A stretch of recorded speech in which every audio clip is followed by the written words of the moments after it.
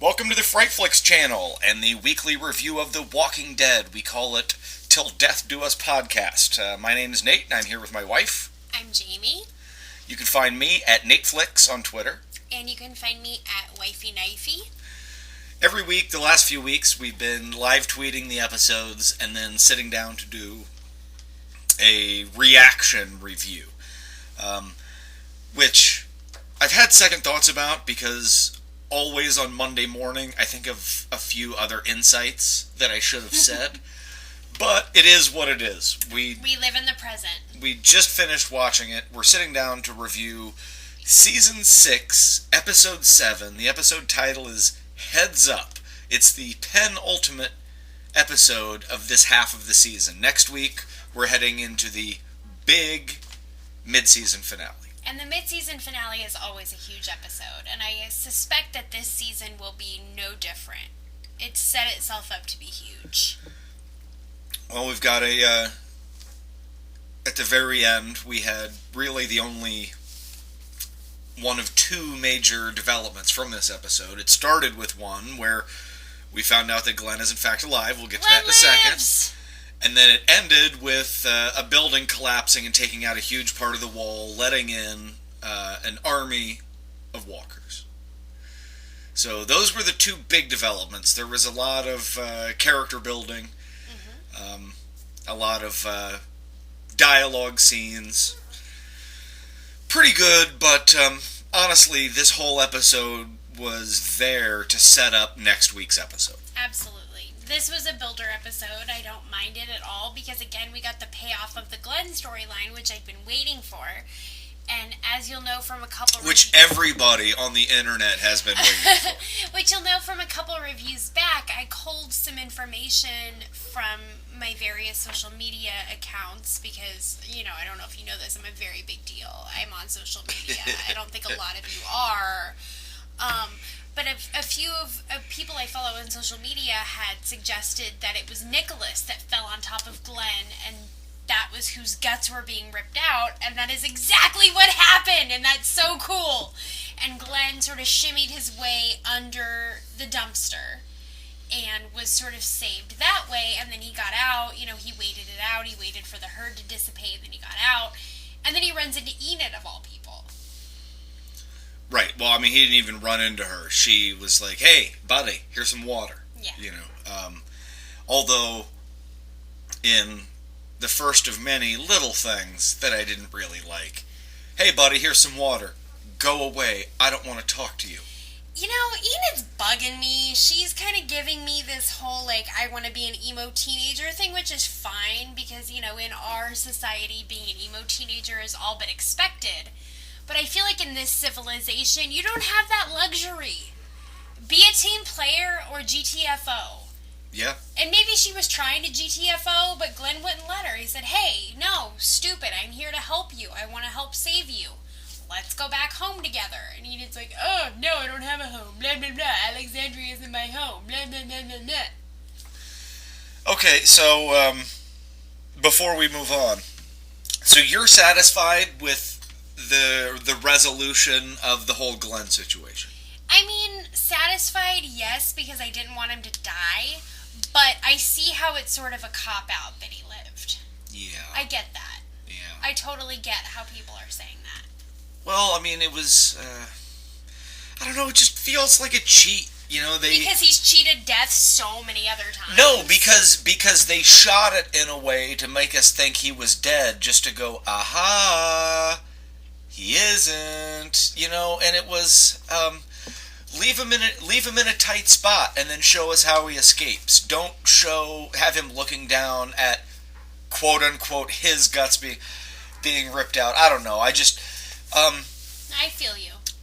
I guess what it comes down to is if this happens on any other show, I'm fine with it, but I hold The Walking Dead in pretty high esteem. I really like this show, and this is, it feels like a ratings gimmick, and I don't like that.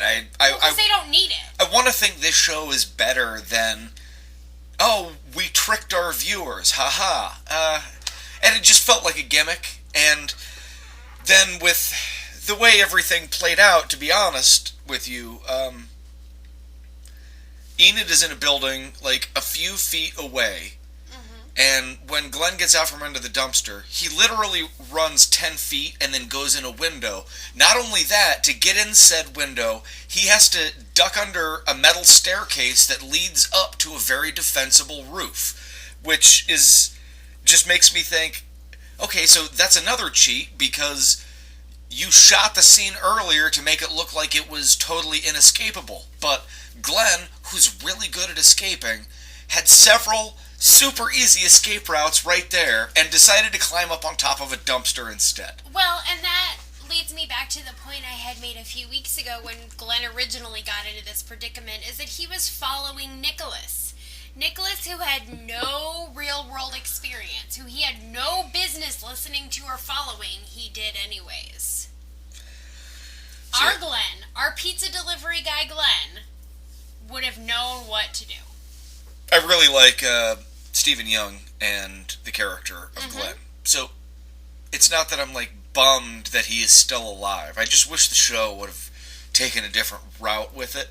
I didn't like that. Although it is good to have Glenn back. It's good to have Glenn alive. He needs to just start making his way toward Alexandria. Period. Yes, and not be. You know what? This was the first time that his good guy status like crossed over into being full on preachy. Like, you know, with Nicholas, he was like, "God damn it, I'm gonna save you, kid," and he was running the same. He was running the same shit on Enid. I'm gonna save you whether you like it or not. She's like, I don't like it. Go ahead. Go back to your wife and leave me alone. No, I'm not going to do that. I'm going to save you. And then he proceeded to lecture her several times. But I think that just seems like Glenn being in father mode now. I think he knows he's going to be a dad. Yeah. He knows that you of all people know your mind and your worldview change when you know you are going to have a child. Yes. I'll grant you that, but just, I guess, my whole thing with this episode and Glenn's appearance in it is, if you're going to do that gimmick, if you're going to do that cheat where you're tricking everybody into thinking that he's dead, and then you reveal him to be alive, didn't they sort of throw that away as well? He's like, oh, it turns out Glenn's alive, and then he's going to spend the whole episode lecturing this girl. It was sort of anticlimactic. Okay, I'll give that to you. Yeah. And then also maybe part of it was that Enid, as either a character or an actress, just wasn't up to carrying her end of that dynamic, because the dynamic between Glenn and Enid. Yeah, she didn't really give anything, did she? I didn't really feel it. I didn't care that much. Yeah, you know? I agree. I feel ya. I guess this is a good time to sort of say, my call was wrong. I was pretty sure that she was affiliated with the Wolves and maybe it helped them out. Based on this episode, that's not entirely ruled out. It just doesn't seem to be the case. She just seems like a, pardon the term, a lone wolf. So, but we got a lot of Enid, so this, on any other show, this would mean like, oh, she's probably joining the cast and is going to be a regular, but it might just be a setup for her getting eaten next week. On this show, it doesn't mean anything in that respect. It doesn't. One thing I wanted to mention really quick is based on the timelines involved and how now that we know what happened with Glenn, who was on the radio at the end of last week's episode? Who said help to Daryl? Oh my gosh, but it could be anybody. I don't know why everyone was thinking it was Glenn or it was because Glenn. Everybody wanted Glenn to be alive, and now he is, but now we know for sure that it wasn't him calling out for help. See, and I always thought it was Rick. I always thought it was Rick. I always thought Glenn was alive, but I always thought that it was Rick from Alexandria saying, oh my God, come help me. Whoever's out there, whoever's listening, come help. Be it Daryl or Abraham or Sasha or whoever's out there listening, come help. And now that even rings more true given that the guard tower just fell. Right, but, and I can't swear by this because, I don't know, the show sets its own reality, so who am I to say? But It seems like more time has passed in the Alexandra storyline. You know, like, definitely at the beginning I was thinking, oh, this whole season would take place in one day. Right. Rick That Grimes, that was, terrible, horrible, no good, very bad day. and that was thrown out the window because a couple of weeks ago, it went to nighttime, and Rick got it on with his new special lady friend, and then in this episode, it's the next morning. Last week, it was the Daryl episode. We didn't get a whole day and a night passing, so it couldn't have been Rick calling for help because the tower hadn't fallen yet at that point. You know, you're right. Unless at some point in production they kind of got lazy and they didn't think about where the storylines were chronologically in terms of one another. Maybe I'm being too nitpicky. That's entirely possible, but it doesn't seem like it fits the timeline. This is one of those episodes that as I'm watching it, something is constantly happening and it's jumping around to a lot of different characters, so it wasn't boring, but now that I'm thinking about it, we're sort of realizing that not a lot happened. We spent a lot of time at Alexandria. Rick interacted with a lot of other characters and they said a lot of stuff, but it was nothing really important. That kid Spencer tried something stupid, almost died, got saved. Still, that's not really important either. No, it's really not. Rick bonded with one of the nameless Alexandrians who helped him Rebuild the wall. And not really good for character building. Didn't really do anything. I guess one of the few things that actually is ramping up some suspense is Morgan, the idiot, keeping this. He's not an idiot. Why is he an idiot? Why? Because he's got this wolf, one of the more dangerous of them, it would seem, who's stated outright he's going to kill every single person that he can. And he's keeping him locked up to try and save him, and he's lying to everybody else. He's putting everybody in danger. They don't know it. See, I don't think that everyone else is in danger. If Morgan wanted to dispose of this guy, if he suddenly became dangerous, he could have. I think that Morgan is doing to him what, oh my gosh, and his name is escaping Eastman. me. Eastman did for Morgan. Yeah. I'm going to keep you, I'm going to show you mercy, and I'm going to bring you over to my side. It doesn't seem like it's going to work, It will work. Even now that Carol has found out about it? Yes, because now whatever Carol does, but Morgan still has a clean conscience. His hands are clean here. Yeah, his hands are clean. Well, he has done the right thing. Hopefully this whole little affair will end logically with Carol just executing the guy, and then Morgan is going to have to once again go into the circle of judgment where he entered this week, where Carol and Rick and Michonne literally sat around him going, "Oh, Morgan, oh baby, what are you doing?" Well, he's like, "I'm sorry, I just can't kill him." He's doing the right thing in his mind. A man's got to have a code, does he not? Yeah. Yeah. He does. Yeah. But he's lying to everybody, and he's putting everybody at risk. So because of one little guy that's putting quote unquote everyone at risk, really? You're not giving our heroes a lot of credit here, Nathaniel. You are ignoring too many things just because you like Morgan. I like Morgan too. Furthermore, I like the commitment to his character. I don't hate Morgan. I actually respect that he has a different worldview than everybody else. This is what he brings to the show, is that he's different. But let's be honest, in the context of this show, I'm down with the Ricktatorship, yo. Yeah, and alright. And so, although I enjoy Morgan as a character, I gotta call him out on putting everybody at risk and being a liar about it. So he could take out that guy in one fell swoop. Nobody's at risk. Unless he locks up like he did and got Eastman killed. That was one zombie. Okay, but that was also a long time ago.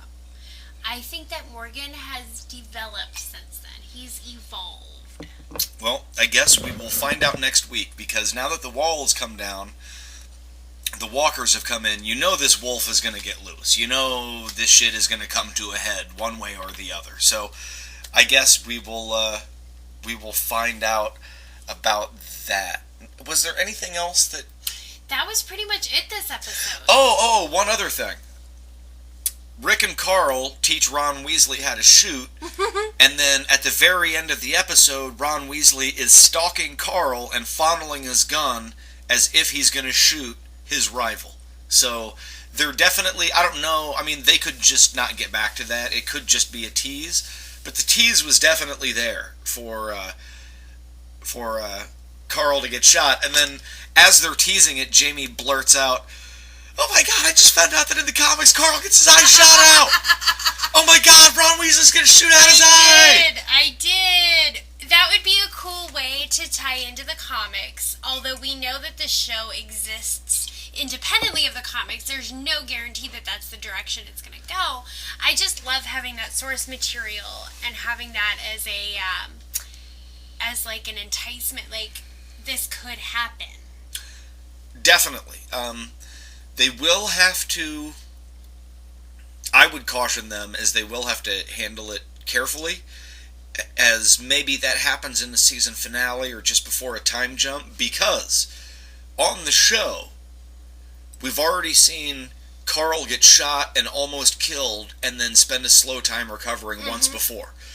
So even though it's been a while, I already saw that story. Right. So if you're going to have him get shot and almost die and then do a slow recovery, just like hit the high points and skip over it, because you already showed that to us one time. Fair enough. So, in any event, there's a lot of momentum going into the finale. Several different plot threads all coming together. Who knows if we'll see the wolves return, or the saviors, the armed men from Daryl's episode last week. Who sent the help distress call? I don't know if they'll get to that next week. They're not going to wrap up everything. They can't. Because they never do. But I expect to see some closure, at least on a few things. Do you have anything else you wanted to throw on in this about this episode? I think we covered it. There wasn't a lot. There was, it was a good episode. It was solid, but there just wasn't so much action. No, nor was there so much, like, meaty, dramatic stuff, like the Morgan Eastman episode, which was slow, but it was really deep, and I felt it was pretty satisfying. This one, maybe not so much. No, that's okay, though. We look forward to next week. We look forward to hearing... A scale of 1 to 10. We always rate these on a scale of 1 to 10. Oh. Yeah. 6? Yeah, I'm thinking 6 as well, and it's just because it wasn't bad enough where I would say it was an average hour of television. It was better than average, but it wasn't a lot better than average. Most definitely. And just sort of like an overall note, I'm hoping that next week's finale is going to make me forget I ever said this, but the season started out so hot. Like, so hot, I was saying, man, this might be like the best season ever. Like, those first couple of episodes were just bananas. And then it's really sort of slowed down and lost its way, and I'm a little disappointed that heading into this mid-season finale, like, really the biggest pressing threat is a bunch of zombies are coming in. Right. Usually the zombies are a background threat. They're secondary. And they're there, but there's some other compelling story.